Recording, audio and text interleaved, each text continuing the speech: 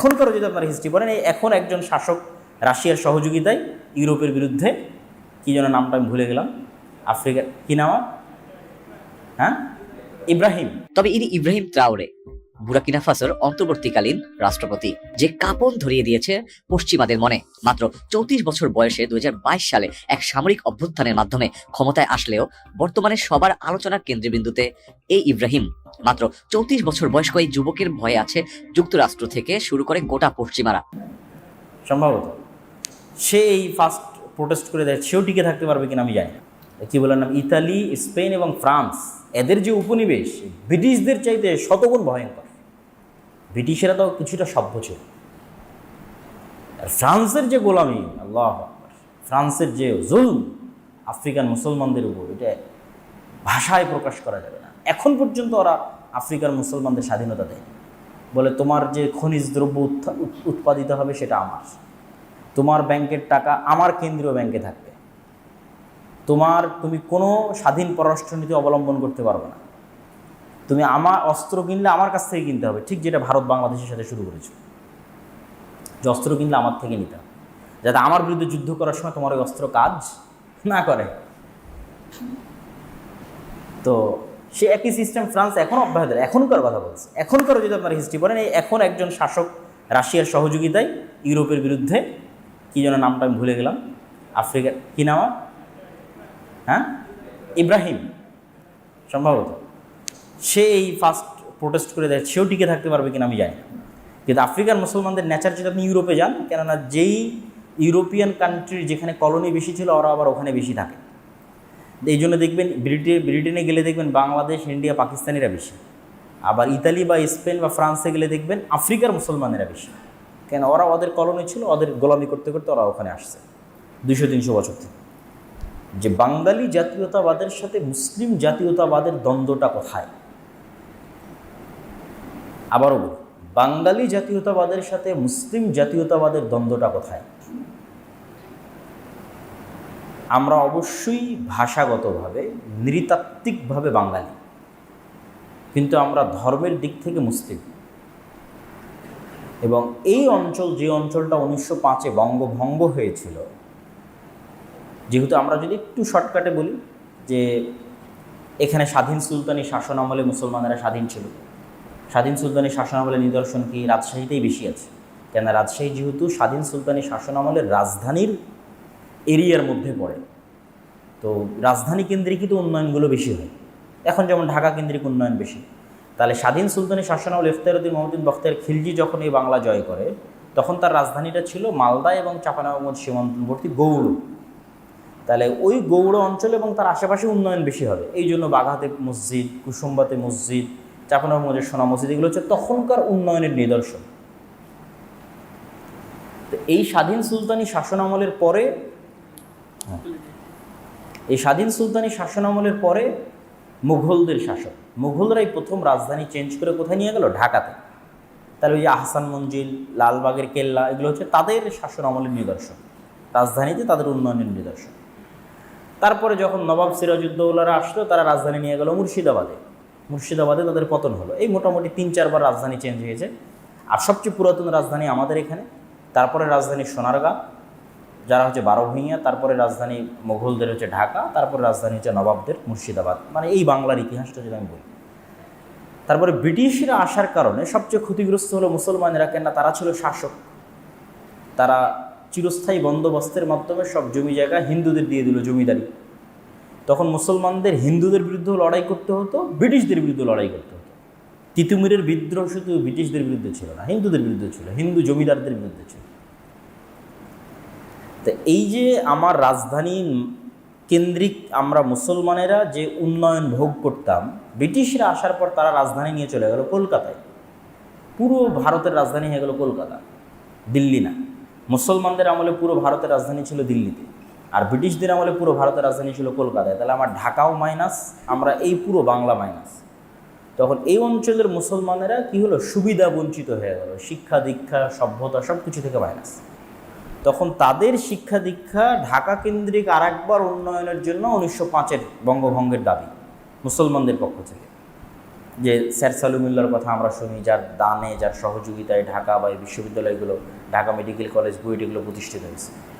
পরে জমিদারদের যেহেতু সমস্যা, হিন্দুদের যেহেতু সমস্যা, যদি ঢাকা কেন্দ্রিক উন্নয়ন হয়, তারা এটা মানতে চাইল না। 1911-তে এটা রদ হয়ে গেল। তো মুসলমানেরা খুব মনক্ষুণ্ণ হলো, এই অঞ্চলের মুসলমানেরা। তখন তাদের জন্য স্যার সলিমুল্লাহর অনুরোধে ঢাকাতে বিশ্ববিদ্যালয়, বুয়েট মেডিকেল কলেজ এগুলো প্রতিষ্ঠিত হলো। তারপরে 1947 শেরে বাংলা একে ফজলুল হক চাইতেন যে দুই বাংলা মিলে আমরা ভারতের সাথেও না, পাকিস্তানের সাথেও না, অখণ্ড বাংলাদেশ চাই। তা 1905-এ যেই হিন্দু জমিদাররা বলল দুই বাংলা এক রাখতে হবে, তারাই 1947-এ এসে শেরে বাংলার সাথ দিল না। তারা বলল না, আমরা হিন্দুরা আলাদা হয়ে ভারতের সাথে যুক্ত হব। তাহলে বাঙালি জাতীয়তাবাদের যে থিওরি 1905-এ আবেগময় ভাষায় আমার সোনার বাংলা লেখা হলো, বন্দে মাতারাম লেখা হলো, এই বাংলাকে গ্লোরিফাই করা হলো, ঐক্যবদ্ধ বাংলাকে, বাঙালি জাতীয়তাবাদের থিওরি প্রতিষ্ঠিত হলো। সেই থিওরির দাবি অনুযায়ী তো 1947-এ দুই বাংলা একত্রিত হয়ে আলাদা দেশ হতে হবে। কিন্তু তারা ইউটার্ন নিয়ে কী করলো না, আমাদের কাছে হিন্দুত্ববাদী যে জাতীয়তাবাদ সেটি আমাদের কাছে প্রাধান্যপ্রাপ্ত। ফলত বাঙালি জাতীয়তাবাদের লাস্ট ডেস্টিনেশন হয়ে গেল ভারতীয় জাতীয়তাবাদ। তখন এই অঞ্চলের মুসলমানিত্ব রক্ষার জন্য শেরে বাংলা বললেন, যদি দুই বাংলা এক না রাখা যায় তাহলে আমাদের পাকিস্তানের সাথে যাওয়াই ভালো, অন্তত আমরা আইডেন্টিটি ক্রাইসিসে ভুগব না।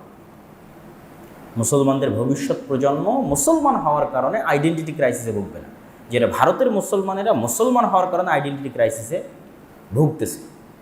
তাহলে এই আইডেন্টিটি ক্রাইসিসের মধ্যে আমরা পড়ব না। তারপরে 1947-এর পর 1971-এর পূর্ব মুহূর্তে 1960-এর দিকে নতুন করে আবার বাঙালি জাতীয়তাবাদ এদেশে আমদানি করা হয়, কলকাতা কেন্দ্রিক বাঙালি জাতীয়তাবাদ, যেটার লাস্ট ডেস্টিনেশন হচ্ছে ভারতীয় জাতীয়তাবাদ।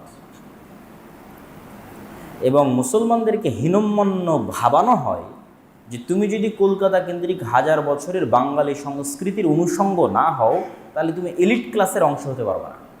যেটা প্রথম আলো প্রতিষ্ঠা করেছে, ডেইলি স্টার প্রতিষ্ঠা করেছে, উদিচি থেকে শুরু করে, ছায়ানট থেকে শুরু করে, যেগুলো 1960-এর দশকে বাঙালি জাতীয়তাবাদ কেন্দ্রিক যে সাংস্কৃতিক প্রতিষ্ঠানগুলো, তারা এই ন্যারেটিভটা এই দেশে আমদানি করে কলকাতা থেকে এবং মুসলমানদের ফিল করায় যে তুমি যদি পহেলা বৈশাখে ইলিশ পান্তা না খাও, পহেলা বৈশাখ উদযাপন না করো, বা বাঙালি জাতীয়তাবাদের আর যা কিছু আছে অনুষঙ্গ, যেটা বাঙালির হাজার বছরের কৃষ্টিকাজ, এটার মধ্যে যদি তুমি না আসো তাহলে তুমি সাম্প্রদায়িক জঙ্গি। তাহলে 90% মুসলমানের দেশে মুসলমান পরিচয় বহনকারী মানুষদেরকে কি করা হলো, মূল স্রোত থেকে মাইনাস করে দেওয়া হলো, আর একটা নতুন স্রোত তৈরি করা হলো বাঙালি জাতীয়তাবাদের উপর ভিত্তি করে।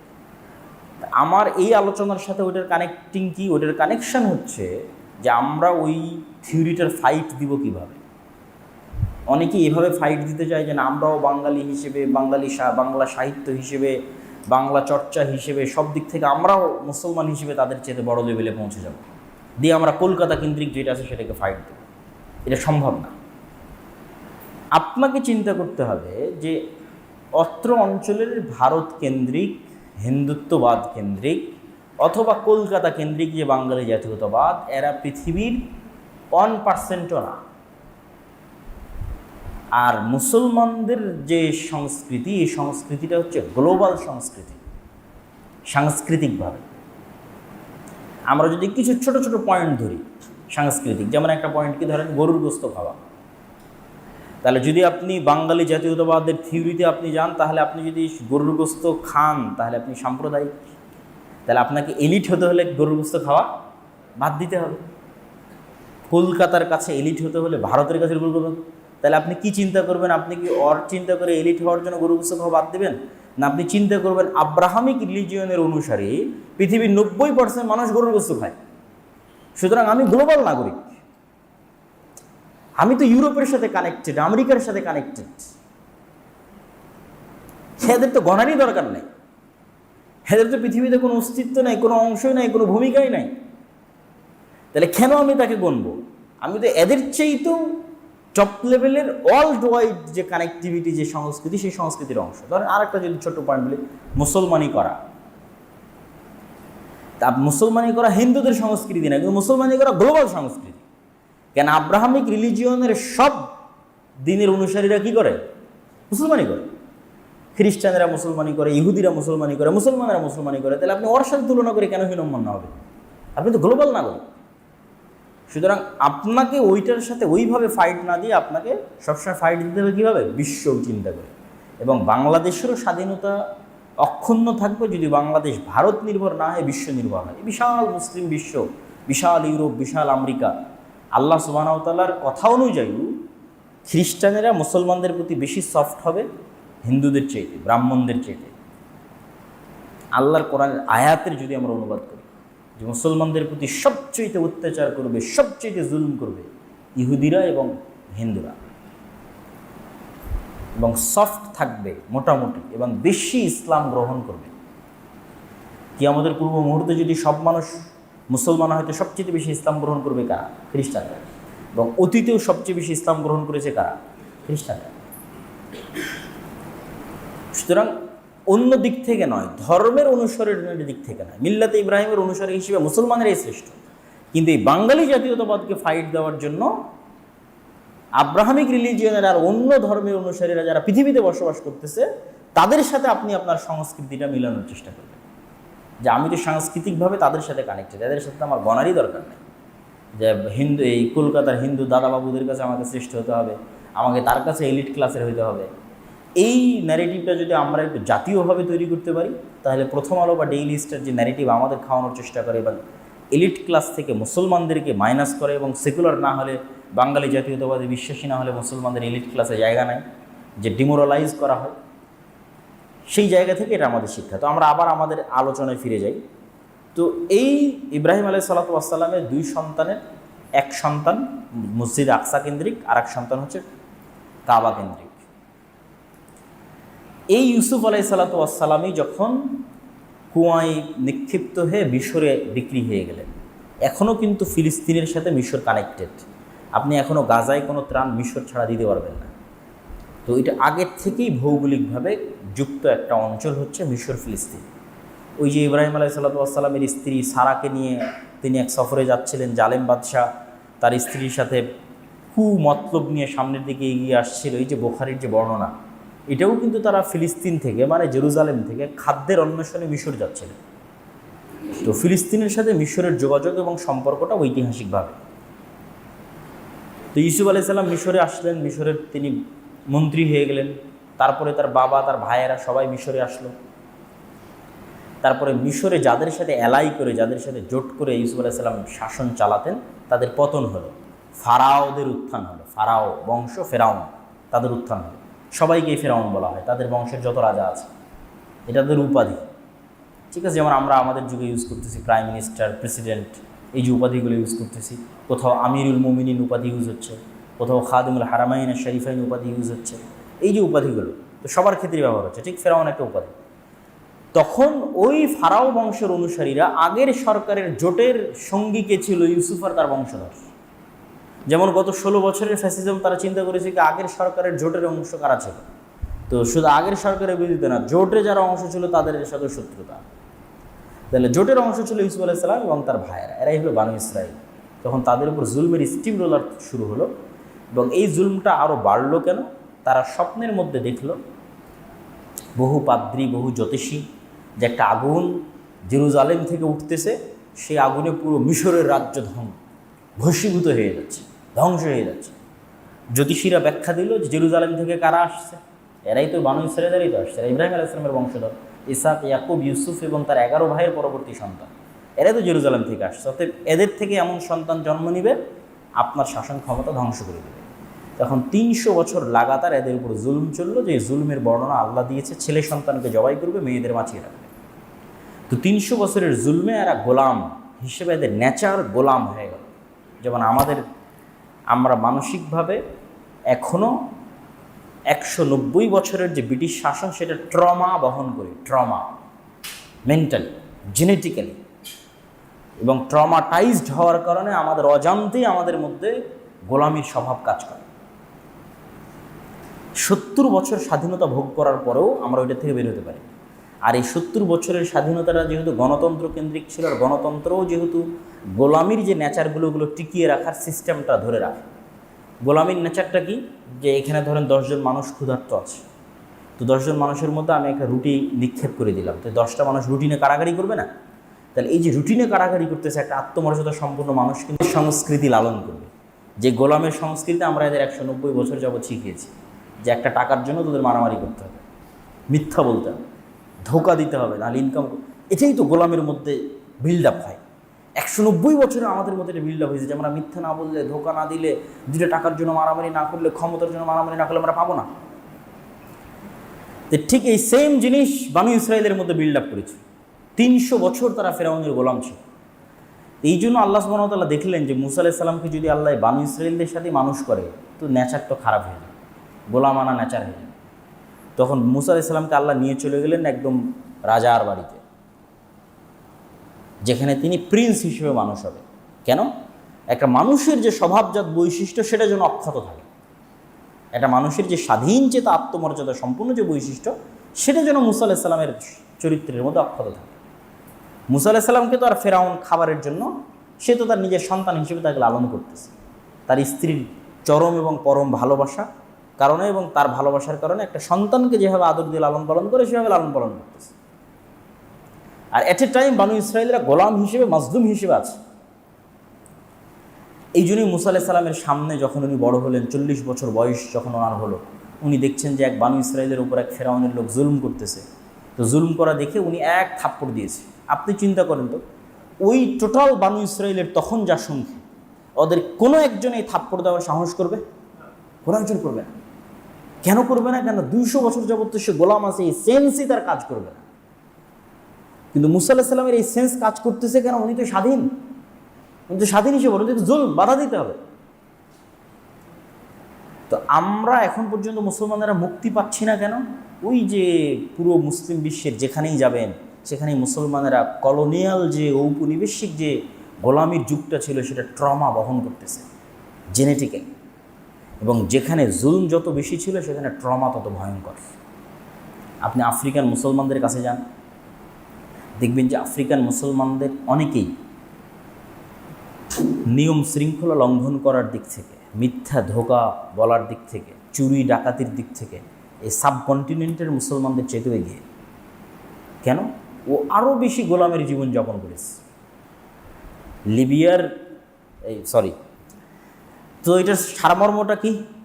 এই জন্য মুসা আলাইহিস সালাম যখন তাদেরকে আল্লাহর এত বড় দয়া, নেয়ামত, রহমত সব কিছু দিয়ে ফেরাউন ডুবে গিয়ে যখন মরুভূমিতে ওপারে চলে গেলেন, তো মুসা আলাইহিস সালাম তুর পাহাড় থেকে তিনি তাওরাত নিয়ে আসতেছে। তো এই বানু ইসরাইল বলতেছে আমরা আল্লাহর ওপর ততক্ষণ ঈমান আনয়ন করবো না যতক্ষণ তোমার আল্লাহকে না দেখবো।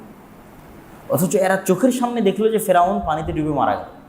পানিতে ডুবে ফেরাউনকে মৃত্যুবরণ করতে দেখেও তারা বলতেছে যে আমরা আল্লাহকে যতক্ষণ না দেখবো ততক্ষণ ঈমান আনবো না। তাদেরকে যখন বলা হচ্ছে তো খাবারের যেহেতু মরুভূমি ছিল, পানির ব্যবস্থা করে দেন।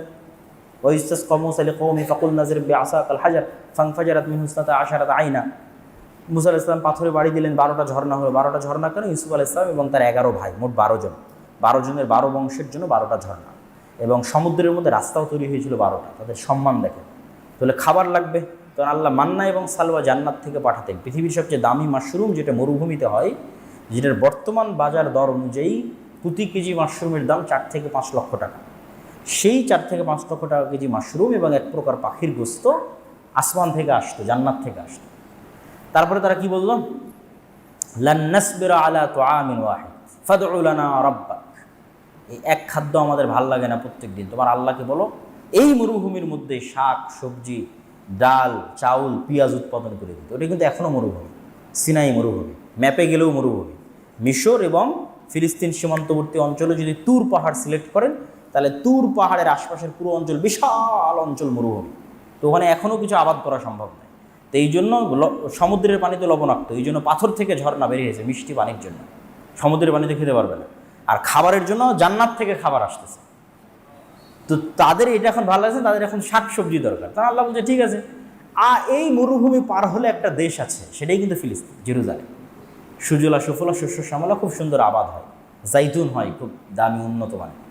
ওখানে আমালেকা গোত্রের একদল শক্তিশালী মানুষ বসবাস করে। তোমরা যুদ্ধ করে ওটা বিজয় করো, ওটা তোমাদেরই জমি। কেন তোমাদের জমি? ওই যে ইসাক আলাইহিস সালাতু ওয়াস সালামের সন্তানরা তো এরাই তো ইউসুফ আলাইহিস সালাম হয়ে মিশরে আসছে, তো তোমাদের জমি, পবিত্র ভূমি, সেখানে যাও। তো বলে আমরা যেতে পারবো না, আপনি আর আপনার আল্লাহ গিয়ে যুদ্ধ করেন। তখন মুসা আলাইহিস সালাম হতাশ হয়ে গেলেন। উনি তো ছিলেন স্বাধীন চেতা, এরকম নিম্নমানের ব্যবহার উনি কোনোদিন দেখেননি। তাহলে এরা এত নিম্নমানের ব্যবহার কেন করতেছে, অথচ এরা নবীর সন্তান? ওই যে 190 বছর 200 বছর গোলামি করেছে। আপনি যদি এখন বাংলাদেশের রাজনীতি দেখেন যে এই যে জুলাইয়ের এত কষ্টের পর এত কামড়াকামড়ি কেন, কোনো অ্যান্সার নেই। 190 বছর ব্রিটিশদের গোলামি করেছে, রক্তের মধ্যে এটা ঢুকে আছে। কথা বুঝতে পেরেছেন? তো এই যতক্ষণ আমরা পূর্ণ আমাদের ওই গোলামির স্বভাবগুলো বাদ দিয়ে পূর্ণ স্বাধীনতার যে স্বভাবগুলো আমরা না অনুসরণ করব, ততক্ষণ আপনি পাবেন না। এই জন্য আল্লাহ কোরআন বানু ইসরাইলের ঘটনা দিয়ে পরিপূর্ণ করে দিয়েছে। এই জন্য রাসূল সাল্লাল্লাহু আলাইহি ওয়াসাল্লাম বলেছে, এমন একদিন আসবে বানু ইসরাইল আর তোমরা দুই জুতার পাটের মতো হয়ে যাবা। জুতার এক পাটের সাথে আর এক পাটের কোনো অমিল আছে? কোনো অমিল নাই। তাহলে বানু ইসরাইলরা যদি কোনো গর্তে, সাপের গর্তে প্রবেশ করে থাকে, তোমরা ওই গর্তের মধ্যে প্রবেশ করবা। বানু ইসরাইলের কোনো এক মানুষ যদি তার মায়ের সাথে জেনা করে থাকে, তাহলে আমার উম্মতের কেউ তার মায়ের সাথে জেনা করবে, নাউযুবিল্লাহি মিন যালিক। এইভাবে তোমরা বানু ইসরাইলের সাথে মিলে যাবে। অতএব বানু ইসরাইলের ঘটনা দিয়ে কোরআন পরিপূর্ণ করে দিলাম। বিপদ থেকে বাঁচতে চাইলে এখান থেকে শিক্ষা নিই। এই জন্য আমি আমার বক্তব্যে বলেছি যে এই যুগের মুসলমানেরা আজকের বানু ইসরাইল। আর একটা ছোট্ট উদাহরণ দেই। সেই দিন কোথায় নিউজ দেখলাম যে জর্ডানের যারা দায়িত্বশীল তারা গাজায় ত্রাণ পাঠানোর জন্য কত বেশি পরিমাণে চাঁদা নিচ্ছে, কোথায় যেন নিউজ দেখলাম। তো এটা তো নিউজে এসেছে, আর আমরা যেহেতু ফিল্ডে ত্রাণ বিতরণ করতেছি আমরা তো আরও ভালো জানি। যেই একটা খাসির দাম মিশরের বাজারে ধরেন $50, দালালের হাত পরিবর্তন হতে হতে হতে হতে হতে হতে এই খাসির দামই গাজার মধ্যে $3000। তাহলে এই প্রত্যেকটা স্তরে যতগুলো দালাল আছে, আল্লাহর কসমের একটাও ইহুদি নয়। এই প্রত্যেকটা দালালকে মুসলমান, বানু ইসরাইল। ওর ভাইয়ের রক্ত সারা পৃথিবী থেকে মানুষ তার চোখের পানি ফেলে যেই টাকাটা পাঠাচ্ছে, সেই টাকার সম্পদ গাজায় ত্রাণ হিসেবে ঢুকবে। ওই ত্রাণ ঢুকানোটাকে তারা বিজনেস হিসেবে নিয়েছে, মুসলমান। যখন আব্দুর রহিম এই গল্পগুলো শোনায়, তখন তো আমি বলি যে ঠিক আছে, আমি যে বক্তব্য দিয়েছি ঠিক বক্তব্য দিয়েছি, যে আজকের যুগের মুসলমানেরা আজকের যুগের বানু ইসরাইল। কেননা গোলামি করতে করতে তাদের নেচার এরকম হয়ে গেছে। তারা আর স্বাধীনভাবে কোনো সময় চিন্তা করতে পারে না। স্বাধীন একটা মানুষের যে গুণাবলী, যে বৈশিষ্ট্যগুলো থাকা দরকার, সেগুলো তাদের মধ্যে নাই। যেমনটা আমরা জুলাই পরবর্তী বাংলাদেশের এখনকার অবস্থা দেখতেছি। তাহলে এই জন্য আপনাকে আরও ফিলিস্তিনের হিস্ট্রি স্টাডি করতে হবে, আরও বানু ইসরায়েলের হিস্ট্রি স্টাডি করতে হবে।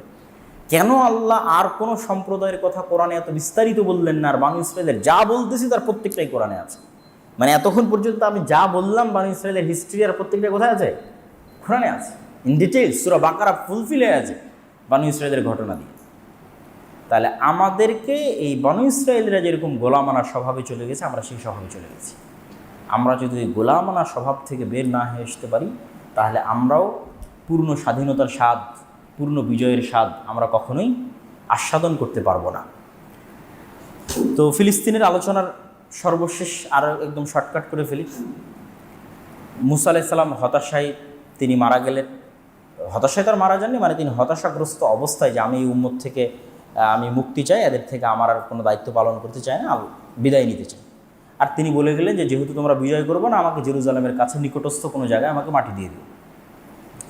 মুসা আলাইহিস সালামের সফর সঙ্গী ছিল ওই যে খিজির আলাইহিস সালামের সময় দেখা করতে গিয়ে লেগেছিল, ওর নাম হচ্ছে ইউশা বিন নূন। মুসা আলাইহিস সালামের মৃত্যুর পর সে নবী হলো। সে তাদেরকে বললো যে তোমরা যে 40 বছরে শাস্তি ভোগ করলা, মরুভূমির মধ্যে পাগলের মতো ঘুরতে থাকলা, এইটা আল্লাহ তোমাদের ক্ষমা করে দিয়েছে। তোমরা আল্লাহর ক্ষমা হিসেবে চলো, আমরা যুদ্ধ করি। আল্লাহর আদেশ ছিল জিহাদ করা।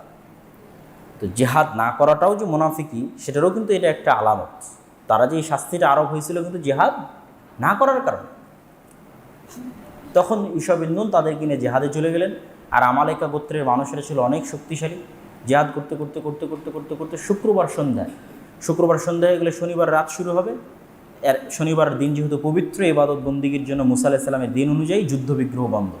তখন ইউশা বিন নূন আল্লাহর কাছে দোয়া করলেন, আল্লাহ সূর্যকে যদি না থামান, আর আজকের যুদ্ধ যদি এখন কমপ্লিট না হয়, পরের দিন আবার এই যুদ্ধ নতুন করে স্টার্ট করতে আমরা পারবো কিনা বা বিজয় পাবো কিনা জানি না, আপনি দয়া করে সূর্যকে থামিয়ে দেন। সহিহ বুখারীর রিওয়ায়াত যে আল্লাহ পৃথিবীতে একবার সূর্যকে থামিয়েছিলেন, সেটি ইউশা বিন নূনের জন্য আর জেরুজালেম বিজয়ের জন্য। কখনোই কিন্তু মুসলমানেরা তাদের শক্তি দিয়ে বিজয় অর্জন করে, কখনোই না। আল্লাহর উপর আস্থা এবং ভরসা এবং আল্লাহর সহযোগিতা। এরপরে যখন আবার তাদেরকে ওই বাদশাহ জালুত, যাকে কোরআনে বলা হয়েছে, জালুতকে ইংরেজিতে সার্চ দিয়ে লেখা আসে জুলিয়েট, রোমান এম্পায়ারে জুলিয়েট নামে কোনো বাদশা ছিল। সে যখন আবার জেরুজালেমদেরকে এখান থেকে বের করে, এই বানু ইসরায়েলদের এখান থেকে বের করে দিল, তারা তখন আবার তাদের নবী শামুইলের কাছে বললো যে আমরা আবার ফিরে যেতে চাই, কী করা যায়? বলে আল্লাহ তোমাদের মধ্যে একজন বাদশা বানিয়ে পাঠিয়ে দিবে, তার নাম তলুত। তলুতকে বাদশা করার পর তারা বললো এর তো বংশমর্যাদা নেই, কিছু না, একদম আমরা বাদশা হিসেবে মানবো না। আল্লাহ বললো বংশমর্যাদা না থাকলে ওর জ্ঞান আছে, শরীরে শক্তি আছে, হিকমা আছে, শরীরে শক্তি আছে, সে নেতা হবে, মেনে নাও। নেতা হিসেবে মেনে নিল। বললো সামনে পরীক্ষা আছে, একটা নদী আছে, এই নদী সাঁতার দিয়ে পার হতে হবে। যে পানি না খেয়ে পার হতে পারবে, যার শরীরের সক্ষমতা এতখানি যে পানি না খেয়ে সাঁতার দিয়ে পার হবে, সেই জিহাদে অংশগ্রহণ করতে পারবে। তাহলে ফিজিক্যাল স্ট্রেংথ থাকাও কিন্তু মুসলমানদের জন্য খুব জরুরি। বিনা পানি পান করে একটা লম্বা নদী সাঁতার দিয়ে পার হওয়া ফিজিক্যাল স্ট্রেংথ ছাড়া ইম্পসিবল। এই জন্য ফিজিক্যাল ফিটনেসও খুব ইম্পর্টেন্ট। তো 313 জন ওই দিন নদী পার হতে পেরেছিল, তার মধ্যে একজন দাউদ আলাইহিস সালাম নিজে তখন জালুতকে হত্যা করলেন। তারপরে আল্লাহ তালুতের পরে এবং শামুইলের পরে দাউদকে নবী এবং বাদশাহ বানিয়ে দিলেন। দাউদের পর তার ছেলে সুলাইমান বাদশাহ হলো। তারা তখন তাদের পুরো রাজ্যের হেডকোয়ার্টার বানানো হচ্ছে জেরুজালেমকে। এখন যে মসজিদে আকসা, সেটা জিনদের দ্বারা তখন সুলাইমান আলাইহিস সালাম তৈরি করেছিলেন। তারপরে হিস্ট্রি রিপিটেড, সামনে আগাইতে থাকলো। তারপরে ঈসা আলাইহিস সালাম, জাকারিয়া আলাইহিস সালাম, ইয়াহইয়া আলাইহিস সালাম, মারিয়াম আলাইহিস সালাম, তারাও এই মাটিতেই জন্ম, এখানেই জন্ম, এই মসজিদেই জন্ম। এবং মারিয়াম আলাইহিস সালামের যে মসজিদের খেদমত করতেন, যেই মসজিদে তার খালু জাকারিয়া আলাইহিস সালাম ইমামতি করতেন, সেগুলো সব হচ্ছে এই মসজিদ আকসার মসজিদ। তারপরে আসলে আমাদের নবী মুহাম্মদ সাল্লাল্লাহু আলাইহি ওয়াসাল্লাম কয়েকভাবে মসজিদ আকসার সাথে কানেক্ট করেছেন। এক নম্বর হচ্ছে কেবলা। প্রথম থেকেই কেবলা জেরুজালেম ছিল, মসজিদ আকসা ছিল। তো যখন মুহাম্মদ সাল্লাল্লাহু আলাইহি ওয়াসাল্লাম মক্কায় থাকতেন, তখন তিনি কাবা ঘরের এমন জায়গায় দাঁড়াতেন যাতে কাবা ঘরও সামনে হয়, মসজিদে আকসাও সামনে হয়। এই জন্য তখন ওনার কোনো ঝামেলা ছিল না। কিন্তু যখন মক্কা থেকে হিজরত করে মদিনায় গেলেন, তখন উনি একটা গেল এই দিকে, একটা এই দিকে, মদিনাটা এই সাইডে। তাহলে মদিনার থেকে হয় আপনাকে মসজিদে আকসা মুখে দাঁড়াতে হবে, না হলে কাবা মুখে দাঁড়াতে হবে। তো যেহেতু কেবলা মসজিদে আকসা, তো মসজিদে আকসা মুখে দাঁড়ালেন। কিন্তু কষ্ট লাগলো কি, যেহেতু ওনার শৈশব, কৈশোর, যৌবন, বংশ সব কিছু কিসের শ্রেষ্ঠত্ব দেখে বড় হয়েছেন? উনি কাবার শ্রেষ্ঠত্ব দেখে বড় হয়েছেন। ওনার বাপ, দাদা, চাচা, অল এভরিথিং, ওনার পুরো লাইফ উনি কোথায় বড় হয়েছে? কাবার আশেপাশে বড় হয়েছে। এইটা ওনার কাছে খুব কষ্ট লাগলো। কদ নারা তাকাল্লুবা ওয়াজহিকা ইলাস সামা, তখন আল্লাহ বললো যে ঠিক আছে, তোমার কেবলা আমি পরিবর্তন করে কাবার দিকে করে দিলাম। তাহলে এই কেবলা মসজিদে আকসার দিকে রাখার কারণে মদিনার খ্রিস্টানরা পর্যন্ত আশ্চর্য হয়ে যেত, মদিনার ইহুদিরা পর্যন্ত আশ্চর্য হয়ে যেত যে এই আরব ভূমিতে কোনো নবী আসেনি। মানে ওই জাজিরাতুল আরবের ওই অংশটুকু, মক্কা মদিনায় অতীতে কোনোদিন কোনো নবী আসেনি, কোনো ধর্মগ্রন্থ আসেনি। তাহলে মুহাম্মদ সাল্লাল্লাহু আলাইহি ওয়াসাল্লাম জানলো কেমনে যে মসজিদে আকসার দিকে মুখ করে সালাত আদায় করতে হবে? আর একটা বিষয় কানেক্ট করলেন কি করে, সেটা হচ্ছে ওই যে মেরাজের রাতে, সুবহানাল্লাযী আসরা বিআবদিহি, ওখানে মেরাজের রাতে সেখানে সকল নবীর ইমামতিতে সালাত আদায় করালেন। আর 3 নম্বরে হচ্ছে ওমর ইবনুল খাত্তাব রাদিয়াল্লাহু তাআলা আনহু জেরুজালেম বিজয় করলেন। এবং জেরুজালেম বিজয় তিনি বলেছেন যে আজকে যে জেরুজালেম বিজয় হচ্ছে, এটা শক্তির কারণে নয়, কোনোবারই শক্তির কারণে জেরুজালেম বিজয় হয় না। সালাহুদ্দিন আইয়ুবী শক্তির কারণে জেরুজালেম বিজয় করে। প্রত্যেকটা বিজয় এসেছে আল্লাহর উপর ভরসা, আল্লাহর উপর আস্থা এবং আল্লাহর উপর ঈমান, স্বাধীন চেতা মনোভাব, গোলামানা স্বভাব থেকে বের হয়ে আসা, কোরআন কেন্দ্রিক জীবনযাপন করা। আর ইসলাম ধর্মের শ্রেষ্ঠত্ব এবং মুহাম্মদ সাল্লাল্লাহু আলাইহি ওয়াসাল্লামের নবুয়তের শ্রেষ্ঠত্ব ফুলফিল হয় যখন এট এ টাইম মসজিদে আকসা এবং কাবা, আব্রাহামিক রিলিজিয়ানের 2টা স্মৃতি, আর তো কোনো স্মৃতিই নেই। ধরেন মসজিদ আকসা যখন আমার কাছে, তখন খ্রিস্টান আর ইহুদিদের কাছে কি আছে? কিছুই নাই, জিরো। তাহলে আব্রাহামিক রিলিজিয়ানের 2টা স্মৃতি আমার কাছে। তাহলে মিল্লাতে ইব্রাহিমের দাবিদার হওয়ার যে আমার দাবি এবং বাস্তবে আমার যে প্রভাব, 2টা তখন সমানে সমান হয়ে যায়। তখনই ওই আয়াতটা তখন প্রস্ফুটিত হয়ে ওঠে যে হুয়াল্লাযী আরসালা রাসূলাহু বিল হুদা ওয়া দীনিল হক লিইয়ুযহিরাহু আলাদ দীনি কুল্লি। এই জন্য মসজিদে আকসা আমাদের লাগবেই। জেরুজালেম এবং ফিলিস্তিন আমাদের বিজয় হতেই হবে এবং হবেও। এই জন্য আমি বলি যে যেহেতু রাসূল সাল্লাল্লাহু আলাইহি ওয়াসাল্লাম বলেছে যে প্রত্যেকটা গাছ এবং পাথর বলবে যে এখানে ওই জায়নিস্টরা লুকিয়ে আছে, এদের হত্যা করো, তো গাছ আর পাথর কেন বলবে? মানে তাদের জুলমের মাত্রা এত বেশি হবে যে আল্লাহর প্রকৃতি তাদের বিরুদ্ধে কথা বলতে বাধ্য হবে। আল্লাহু আকবার। মানুষ তো তাদের বিরুদ্ধে কথা বলবেই। এই যে এখন ক্ষুধার্ত অবস্থায় গাজার মানুষদেরকে রেখেছে, এই যে করুণ দৃশ্য, তাদের জুলমের মাত্রা এত বেশি হবে যে প্রকৃতি তাদের বিরুদ্ধে কথা। এবং সেই দিন তাদের বাঁচার কোনো রাস্তা থাকবে না। এবং অবশ্যই জেরুজালেম এবং মসজিদে আকসা মুসলমানদের আসবে, তো মুসলমানদের আসবে কী হয়, বানু ইসরাইলের স্বভাবে আসবে না, গোলামানা স্বভাবে আসবে না। ওই যে শক্তি বলে, ক্ষমতা বলে যে অমুক লাগবে তমুক লাগবে, আজ মুসলিম বিশ্বের যা শক্তি ক্ষমতা আছে ওমর ইবনুল খাত্তাবের তা ছিল না। ওমর ইবনুল খাত্তাবের সাথে যদি আপনি রোমান এবং পারস্য এম্পায়ারের তুলনা করেন, আর আজকের মুসলমানদের ক্ষমতা এই পাকিস্তানে, এই ইরান, এই সৌদির সাথে যদি আজকের আমেরিকা এবং ইউরোপের তুলনা করেন, তাহলে আজকের মুসলমানদের কাছে ক্ষমতা বেশি আছে, টাকা বেশি আছে, ওমর ইবনুল খাত্তাবের কাছে ছিল না, সালাহউদ্দিন আইয়ুবীর কাছে ছিল না। তাহলে শক্তি ক্ষমতা কোনো ব্যাপার নয়। আজকে মুসলমানদের নাই কি, সব বানু ইসরাইলের স্বভাবের মধ্যে আছে, সবাই নিজের ভাইয়ের রক্ত বিক্রি করে খেয়ে নিচ্ছে। ঠিক আছে, এই গোলামানা স্বভাব থেকে যদি আমরা বেরিয়ে আসতে পারি, আমাদের পরবর্তী বংশধররা বেরিয়ে আসে, ইনশাআল্লাহ আমরা নাজাত পাবো। আল্লাহ আমাদের তৌফিক দান করুক, আল্লাহুম্মা আমিন। ওয়া আখিরু দাওয়ানা আনিল হামদুলিল্লাহি রাব্বিল আলামিন। এই যে ফিলিস্তিনের যে আলোচনা করলাম, এটা আমারই লেখা বই, পরিপূর্ণ এখানে আছে। আর মাসিক আল ইতিসাম যদি এখানে প্রতি মাসে তোমাদের নিয়ে আসা সম্ভব হয়, আমি নিজে সম্পাদকীয় লিখি, যেমন এই মাসে আছে নারী সংস্কার নিয়ে সম্পাদকীয় আছে, সমসাময়িক সব বিষয়ে সম্পাদকীয় এবং লেখনী থাকে। এই পত্রিকাটা বাইরেও পাওয়া যেতে পারে, এই বইটা তোমরা এখানে নিয়মিত আনার যদি চেষ্টা করা যায় ভালো হয়। সুবহানাক আল্লাহুম্মা ওয়া বিহামদিকা আশহাদু আল্লা ইলাহা ইল্লা আনতা আস্তাগফিরুকা ওয়া আতুবু ইলাইক। আসসালামু আলাইকুম ওয়া রাহমাতুল্লাহি ওয়া বারাকাতুহু।